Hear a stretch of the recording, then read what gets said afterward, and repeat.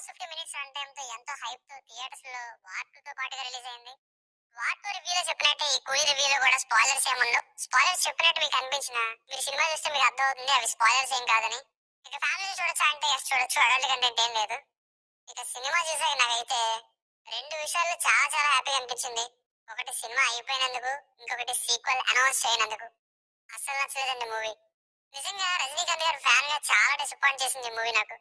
Kingdom రివ్యూలో చెప్పా ఈ ఇయర్ నేను వెయిట్ చేసిన రెండు సినిమాల్లో ఒకటి కింగ్డమ్, మరొకటి కూలీ. అలాగే ఎక్స్పెక్టేషన్స్ ఏం లేవు నాకు. సోషల్ మీడియాలో ఎందుకింత హైప్ అయిందో తెలియదు కానీ డైరెక్టర్ లోకేష్ కనగరాజు గారు ఈ కూలీ మూవీని స్టార్ట్ చేయక ముందు చెప్పారు ఇది ఒక experimental film and not a part of LCU film అని అండ్ స్టాండ్ అలోన్ ఫిల్మ్ అని.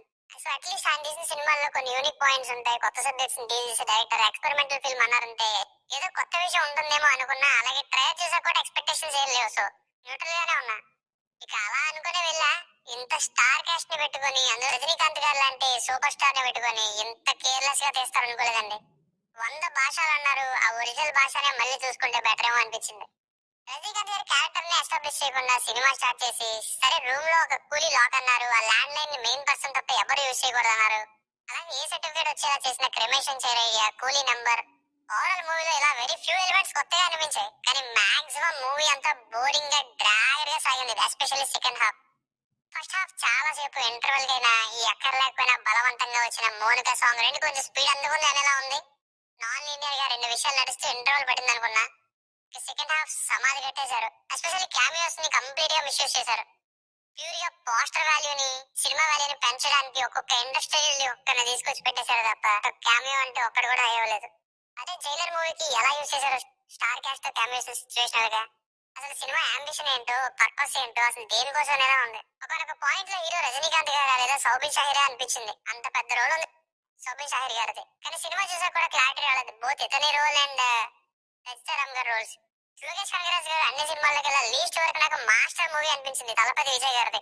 కానీ ఈ కూలీ దానిని మించిపోయి మాస్టర్ మూవీ వాల్యూ ఏంటో తెలిసొచ్చేలా చేసింది. నెగ్లిజిబుల్ అనేలా సినిమాకి ఎటువంటి వాల్యూని యాడ్ చేయని క్యామియోస్ కి మళ్ళీ ఏదో పెద్ద రోల్స్ ఉన్నట్టు సెపరేట్ గా డెడికేటెడ్ పోస్టర్స్ అవసరమా చెప్పండి ప్రమోషన్స్ కి. ఇంకెన్ని రోజులు ఇలా హైప్ తెప్పించి మ్యాటర్ లేకుండా సినిమాలు చేస్తారు. ప్రాక్టికల్ గా ఆలోచిస్తే ఇలాగే స్టార్ క్యాస్ట్ గాడ్ ఫాదర్ లో సల్మాన్ ఖాన్ ని, కన్నప్పలో ప్రభాస్ గారిని, సింగం రిటర్న్స్ లో ఏకంగా సగానికి పైగా బాలీవుడ్ ని పెడితే ఆ సినిమాలకే దిక్కులేదు. అన్ని జైలర్ క్యామియోస్ లో వాల్యూని యాడ్ చేసేటట్టు ఉండాలిగా. పవర్ హౌస్ లో దేవా మ్యాన్షన్ అనే హౌస్ నే ఉంది కానీ పవర్ ఎక్కడ కనబడలేదు సీన్స్ లో. 3 గంటల సినిమా చూసినట్లేదు. ఎడిటర్ రూమ్ లో రా ఫుటేజ్ మొత్తాన్ని చూసినట్టు ఉంది ఒకేసారి. సినిమాలో అన్ని ఆస్పెక్ట్స్ ఉంటాయి. Action, emotions, friendship, villainism, betrayal, flash back ఏది పర్ఫెక్ట్ గా లేదు. అనిరుద్ధ్ గారి మ్యూజిక్ కొన్ని చోట్ల పర్లేదు. నాకైతే మిగతా చోట్ల మ్యూజిక్ కూడా వర్కౌట్ అవ్వలేదని అనిపించింది. సీన్ లో సత్తా లేకపోతే ఆయన మాత్రం ఏం చేస్తారు చెప్పండి. కెమెరా వర్క్ అయితే బానే ఉంది, రిచ్ గానే ఉంది, భారీ బడ్జెట్ కాబట్టి. ఇక నాగార్జున గారు పాపం ఈయన ఒక్కరు నెగిటివ్ రోల్ లో ఉన్న సీన్స్ లో బానే చేశారు. కానీ క్లారిటీ లేని ప్రెజెంటేషన్ కి ఈయన పర్ఫార్మెన్స్ కూడా కొట్టుకుపోయింది. సత్యరాజ్ గారిది very limited role. Shruti Haasan మిగతా ఇద్దరు కూడా ఓకే. ఉపేంద్ర గారు వచ్చినప్పుడు కొంచెం అరిచారు కానీ సినిమాలో అంత స్పెషల్ గా ఏం లేదు. అమెరికన్ గారి కెమెరా అయితే క్లైమాక్స్ లో అది కూడా ఇంకెందుకు అనేలా. ప్రతి సీన్ క్లైమాక్స్ లో ఉండాలి ఎంత స్టార్ క్యాస్ట్ ని పెట్టాక. కానీ ప్రతి సీన్ ఇంకా స్టార్టింగ్ సీన్ లోనే ఉంటుంది.